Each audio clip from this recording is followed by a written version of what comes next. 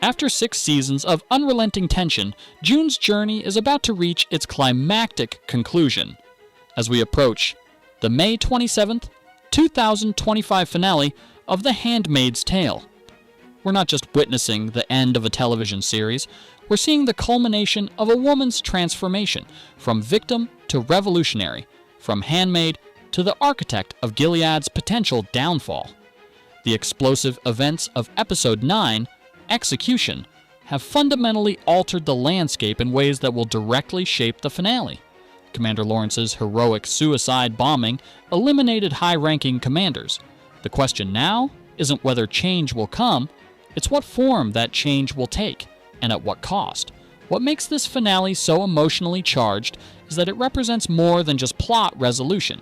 It's about whether hope can triumph over despair, whether love can survive in the face of systematic oppression, and whether the cycles of trauma that have defined these characters can finally be broken.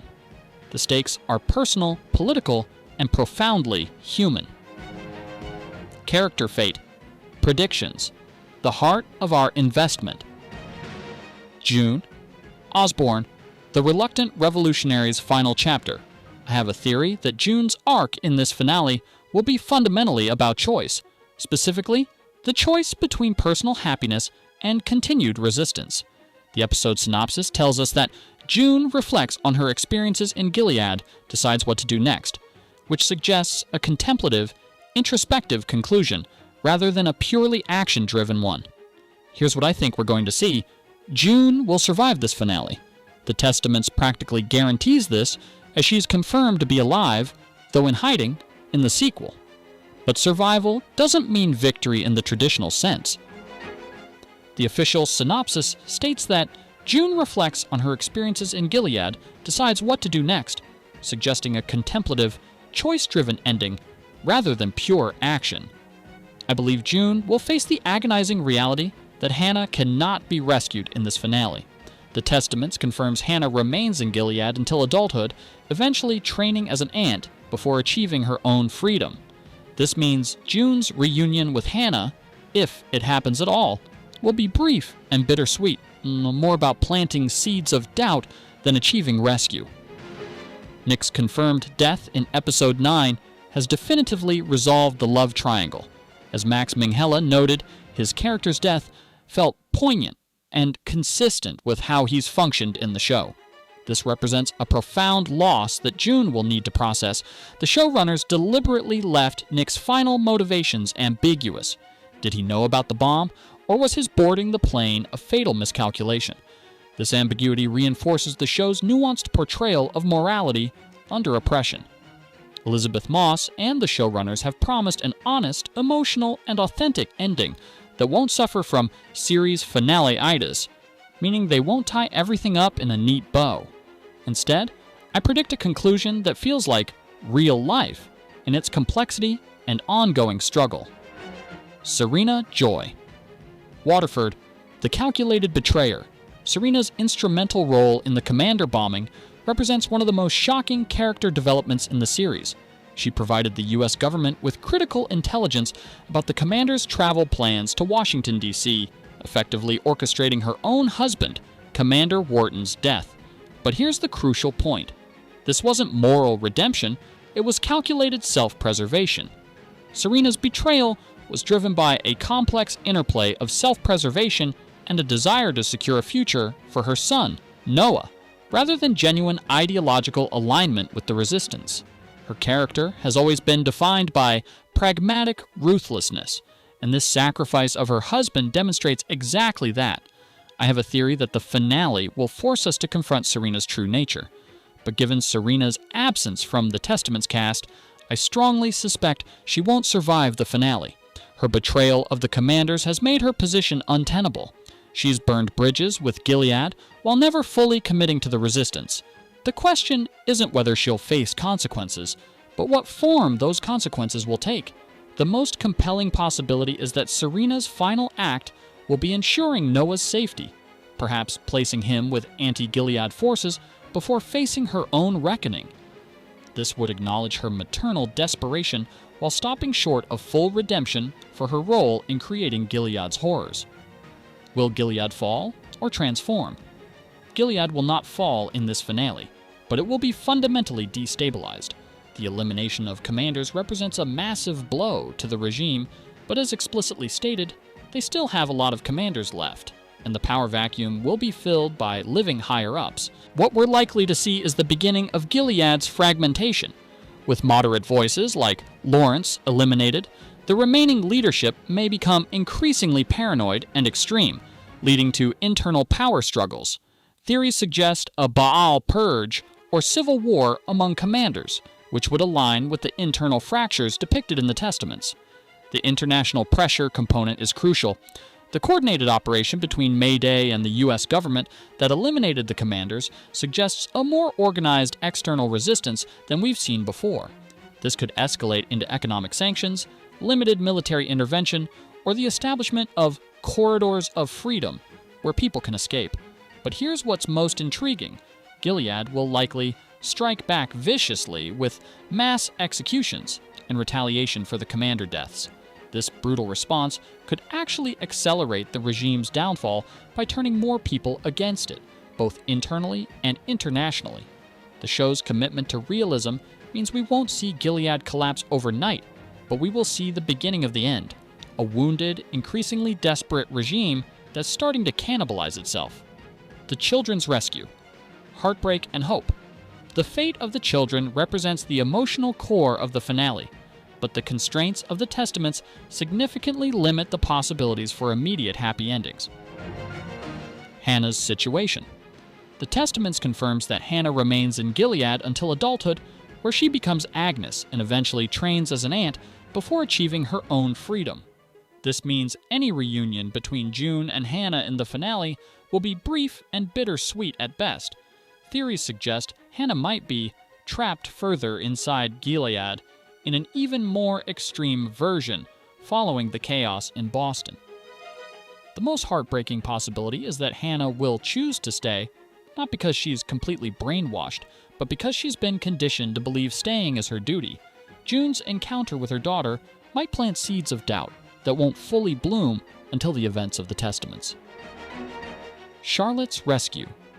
I believe we'll see Charlotte reunited with Janine, but this reunion might come at a terrible cost. Janine may not survive the finale, potentially becoming a martyr whose death serves as a catalyst for others' transformations, particularly Aunt Lydia's. The tragic reality is that the finale must balance emotional satisfaction with narrative honesty about the ongoing nature of this fight. Some children will be saved, others will remain trapped, and the work of liberation will continue into the Testaments. Okay, moving on to the deeper questions: justice versus revenge. Breaking the cycle. One of the most compelling aspects of The Handmaid's Tale has been its exploration of how oppression creates cycles of violence. June's journey from victim to potential avenger has raised uncomfortable questions about whether justice can exist without revenge, whether healing is possible without retribution. I have a theory that the finale will explicitly address this tension. Well, we've seen June's capacity for violence. She's killed. She's tortured. She's chosen vengeance over mercy. But what if her final evolution is choosing a different path? What if the finale shows us that true victory over oppression requires not just defeating your enemies, but refusing to become them? This doesn't mean the finale will be naive about justice. War crimes tribunals, international accountability, and systematic reform will likely play roles. But I think the personal resolution for June will involve choosing healing over hatred, not because it's easier, but because it's harder and ultimately more powerful. Color symbolism, the spectrum of resistance. The show's color symbolism has been deliberate and powerful throughout. I expect the finale to use color to signal character transformations and thematic resolutions. What if we see Serena in red, not as a handmaid, but as someone finally willing to shed blood, metaphorically or literally, for justice? What if Aunt Lydia appears in a color we've never seen her wear, signaling her internal transformation? The most powerful visual might be seeing all the women of the series together in a scene that transcends their assigned colors. Handmaids, wives, aunts, and Marthas, united not by their roles in Gilead's hierarchy, but by their shared humanity. My hopes for character endings. As someone who's invested 6 seasons in these characters, I desperately want to see June find some measure of peace. Not perfect happiness, that would ring false after everything she's endured, but a sense that her suffering has meaning, that her choices have mattered. I want Serena's story to acknowledge the complexity of complicity without excusing it. Whether she lives or dies, I need her arc to demonstrate that actions have consequences, that good intentions don't erase harmful choices, but that even flawed people can contribute to positive change. Most of all, I want the finale to honor the women who've been casualties of this system, the handmaids who didn't survive, the Marthas who died in service, the wives who were trapped by their own complicity. Their stories deserve acknowledgement, even if they don't get resolution. My fears. My biggest fear is that the finale will try to tie up too many loose ends, sacrificing emotional truth for plot convenience. The show's strength has always been its willingness to sit with discomfort, to acknowledge that some wounds don't heal cleanly, that some fights don't end with clear victories. I'm also worried about the temptation to make June too heroic. Her power as a character has always come from her humanity, her mistakes, her anger, her moments of selfishness and petty revenge. If the finale turns her into a saint, it will betray the complex, flawed woman we've come to know. Most importantly, I want the finale to feel honest about the ongoing nature of the fight against oppression. Real resistance movements don't end with decisive victories. They continue across generations, with each cohort of fighters building on the work of those who came before. June's story can end while the larger struggle continues. As we approach this finale, I'm curious about your own theories and expectations. What do you most want to see resolved? Is it June's reunion with Hannah, Serena's fate, or something else entirely? What would make this finale feel satisfying to you personally? What elements would need to be present for you to feel that the series stuck the landing?